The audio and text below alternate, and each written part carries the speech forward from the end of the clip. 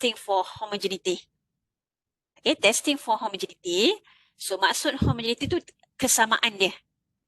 Homogeneous ke tidak, sama ataupun tidak. Okay, so objective here is to test whether population are homogeneous with respect to the categories, where your categories is fixed. Kalau independent dia tak fix. Kalau categories untuk homogeneity dia fix. Maksudnya dia fix tu, maksudnya in the homogeneity test, the row total or column total is fixed. Okay, but again, the testing procedure is similar to test for independent. Your only difference is how you write your null and also your alternative hypothesis. Okay, row total or column total is fixed. So maksudnya, let's say if you refer to katakan kat sini kita tengok example. Okay, let's say suppose that 200 male student and 200 female student. Okay, kat sini kita dah fix, kita nak 200 male student and kita nak 200 female student. Itu kita dah fix. Itu maksudnya homogeneity test when either your row total or column total is fixed. Dia either one. Okay.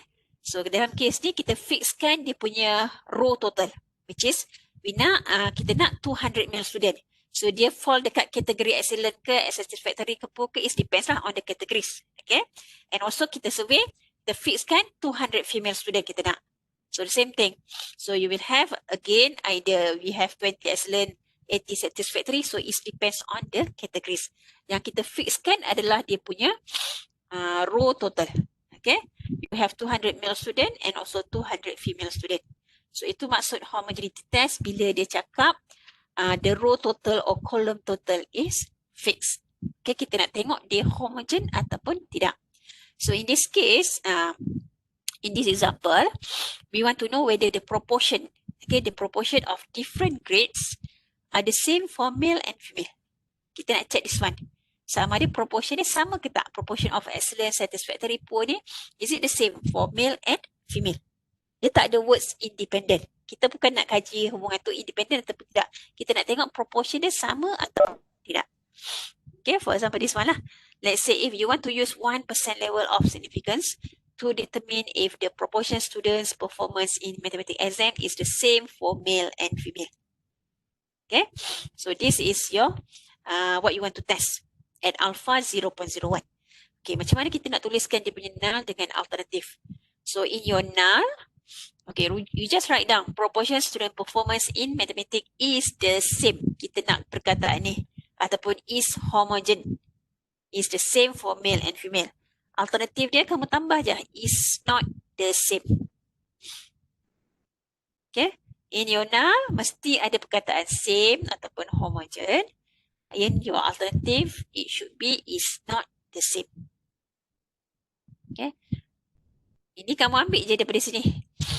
Yang dalam null, the proportion students performance in mathematics exam is the same for male and female in your null.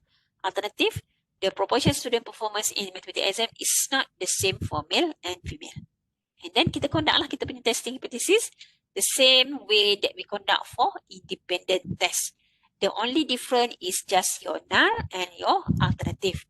Okay. So normally kalau dalam final exam pun either one. Dia tak jaranglah kita bagi dua-dua soalan. Satu test homogeneity, satu lagi test independent. Dia salah satu je sebab dia punya konsep atau jalan kerjanya sama. Okay, lagi pun it's just a simple one je. Okay. Okay, cuma dia punya calculation tu panjang sikit lah sebab kamu kena kira setiap categories tu. Okay. And then for this one, for this kind of question, normally kita ada markah yang banyak sikit lah berbanding dengan soalan-soalan lain. Okay, kita ada markah untuk ANOVA, regression dengan last topic contingency table dengan goodness of fit tu biasanya markah dia banyak sikit berbanding dengan soalan-soalan daripada previous yang kita dah tested lah. Okay, so if you refer to this example 6.7 last example lah. Okay, saya bagi satu je sebab dia punya jalan kerja tu mudah je, kita repeat benda yang sama je. Okay, so in this example, in a study to compare proportion of household in KL and JB that belong to different income groups, the researcher decided to select 250 household from KL and 150 household from JB. Maksudnya dia dah select, dia dah fix kan. Dia nak 250 from KL, 150 from JB. dia tertabur dekat kategori mana tu is depend lah on kita punya survey tadi. Okay, so itu yang dikatakan sebagai homogeneity test. So you want to conduct the relevant statistical test to derive the conclusion for the above study at significant level alpha 0.05. Okay, so again, in this case, you write down what is your null and also what is your alternative hypothesis. Okay, so in this case, dalam kamu punya null, okay, if you write down your null, that's mean kita punya ni the proportion, okay, of income groups are the same for KL and JB. Itu mesti ada. Ini perkataan ni are the same. So in your alternative, again you write down the proportion of income groups are not the same for KL and JB. Okay, that is how you write your test for homogeneity. Okay, kamu ambil je ayat di sini. Dia kata proportion of household in KL and JB belong to different income groups that is decided to select. Okay, so that's mean proportion of income group are the same for KL and JB, and then the alternative proportion of income groups are not the same for KL and JB ataupun are different lah for KL and JB. Okay, so you already have your total. Okay, total for first row, second row, the third row. Ini dia punya total dah total up dah. Okay, so now what you need to do is to find what is your expected frequency. Okay, the same thing. So kita letakkan dalam bentuk table. Okay, so you have again, repeat benda yang sama. You have OIJ, EIJ dulu ya.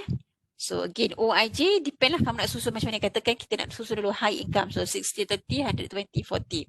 So 60, 30, 120, 40, 70, 80 ya. Okay, find your expected frequency. So now kita find kita punya expected frequency.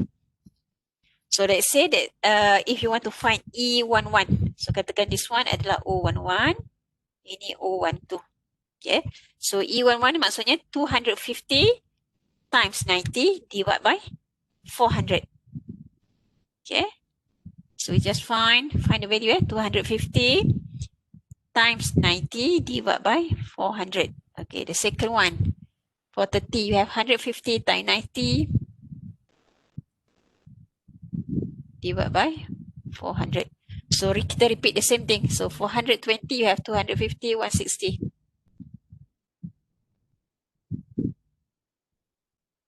Okay. Next one, you have 150, 160 divided by 400. Okay, 70, you have 150, 250.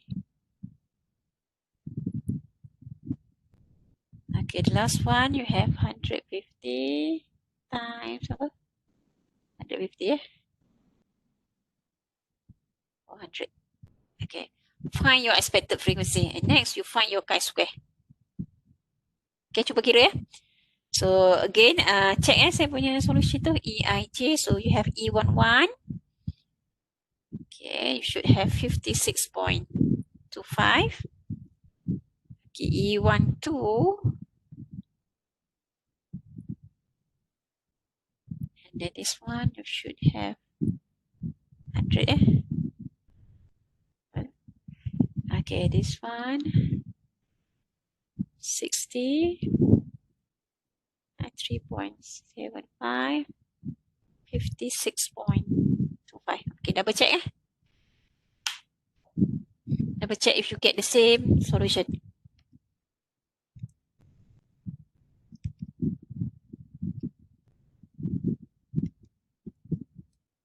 Okay, so now you compute what is your chi-square. So kalau nak letak table, letaklah satu lagi kolom, you compute your chi-square.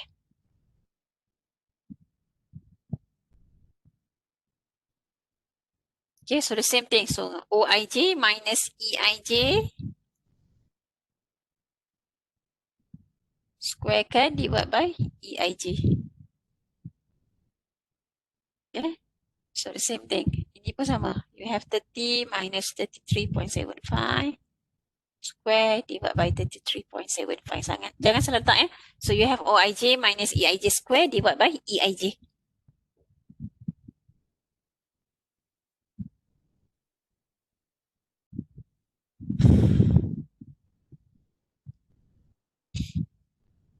Okay, cuba bagi jawapan dia. What is your chi-square kalau dah dapat?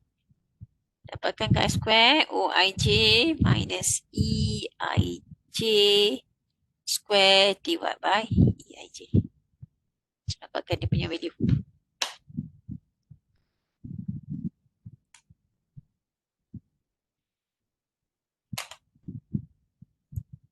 Oh, divided by EIJ. So what is the value for chi-square? Either you want to reject or fail to reject in this case.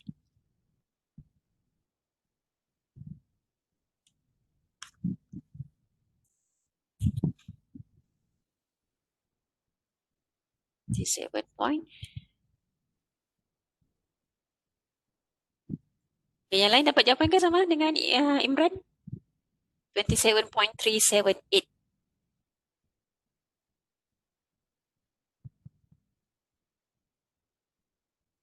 Okay, thank you. Okay, so you have 27.378. Okay, yang next tu proceed lah benda yang sama. So you will reject your H0 if your chi-square test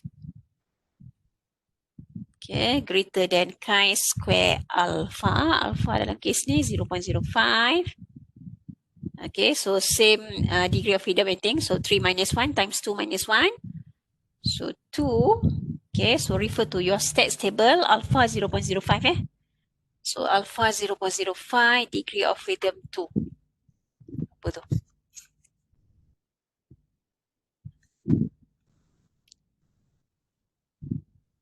Okay, so you have 5.9915.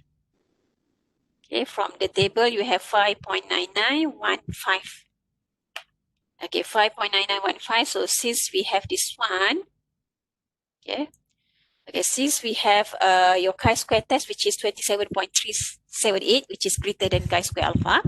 Okay, so in this case you reject your H0. So you reject your H0. So that's mean we just write the conclusion that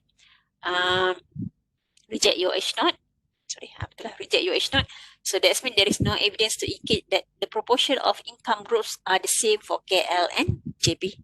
Or you can state that the proportion of income group are different for KL and JB. Okay, since in this case we reject the null hypothesis because your chi-square test is greater than chi-square alpha.